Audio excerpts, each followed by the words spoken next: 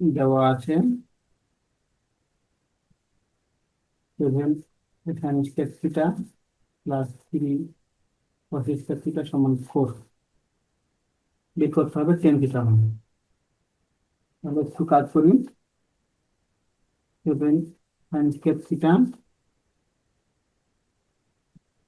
Plus 3 কসের পরিবর্তে লিখি 1 minus sine square theta সমান 4 বা 7 sine square theta plus 3 minus 3 sine square theta সমান 4 বা এখানে কি থাকে 7 এখানে মাইনাস 3 তাহলে 4 সাইন স্কয়ার থিটা আর 3 থেকে অধিক পার করে দিলে থাকতেছে 1 বা সাইন স্কয়ার থিটা সমান হচ্ছে 1/4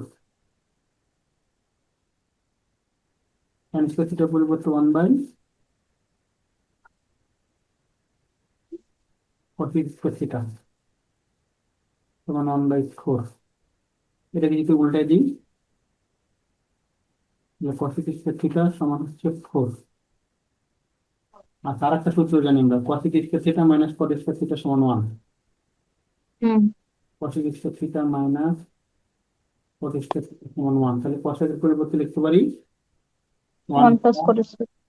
cot স্কয়ার থিটা সমান হচ্ছে 4 বা cot স্কয়ার থিটা সমান হচ্ছে 3।